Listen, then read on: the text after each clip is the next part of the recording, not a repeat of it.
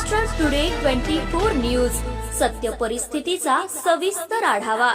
थेंबर पाण्यासाठी पाण्याच्या टाकीवरच ठिय्या, 15व्या वित्त आयोगाच्या कामातील भ्रष्टाचाराविरोधात उपोषणाचे हत्यार। जाफराबाद तालुक्यातील बोरगाव बुद्रुक येथे 15व्या वित्त आयोगाअंतर्गत झालेल्या पाईपलाईनच्या कामात मोठ्या प्रमाणावर अनियमितता आणि निकृष्ट दर्जाचे काम झाल्याचा आरोप करत मार्तंड बाबूराव काळे हे बोरगाव बुद्रुक येथील नवीन पाण्याच्या टाकीवरच दिनांक 23 मार्च 2026 पासून बेमुदत आमरण उपोषणाला बसले आहेत। बोरगाव बुद्रुक येथील धनगर वस्ती आणि झोपडपट्टी परिसरात 15व्या वित्त आयोगाच्या निधीतून पाईपलाईनचे काम करण्यात आले होते, मात्र हे काम शासनाच्या निकषाप्रमाणे झाले नसल्याचा काळे यांचा दावा आहे। या संदर्भात संबंधित अधिकाऱ्यांनी पंचनामा करून दोषींकडून रक्कम वसुली करण्याचे आदेश दिले होते, परंतु आजतागायत त्यावर कोणतीही ठोस कारवाई झालेली नाही।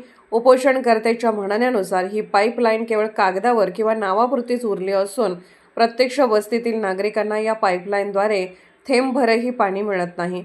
वारंवार पाठपुरावा करूनही प्रशासनाकडून याकडे दुर्लक्ष केले जात असल्याचा आरोप उपोषणकर्ते मार्तंड काळे यांनी केला आहे। जोपर्यंत संबंधित दोषींवर कारवाई होत नाही आणि पाईपलाईनद्वारे सुरळीत पाणीपुरवठा सुरू होत नाही, तोपर्यंत मी उपोषणावरून उठणार नाही। या काळात माझ्या प्रकृतीला काही इजा झाल्यास सर्वस्वी शासन आणि प्रशासन जबाबदार राहील, असा इशारा उपोषणकर्ते मार्तंड काळे यांनी दिला आहे।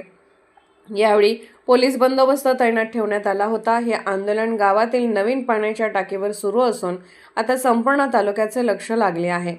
यावेळी पोलीस बंदोबस्त तैनात ठेवण्यात आला होता। पोलीस कॉन्स्टेबल अनंत भुतेकर, सतीश शेजूळ, ग्रामसेवक भरत दांडगे, तलाठी HJ इंगळे, पोलीस पाटील अनंता घोडके यांच्यासह ग्रामस्थ उपस्थित होते।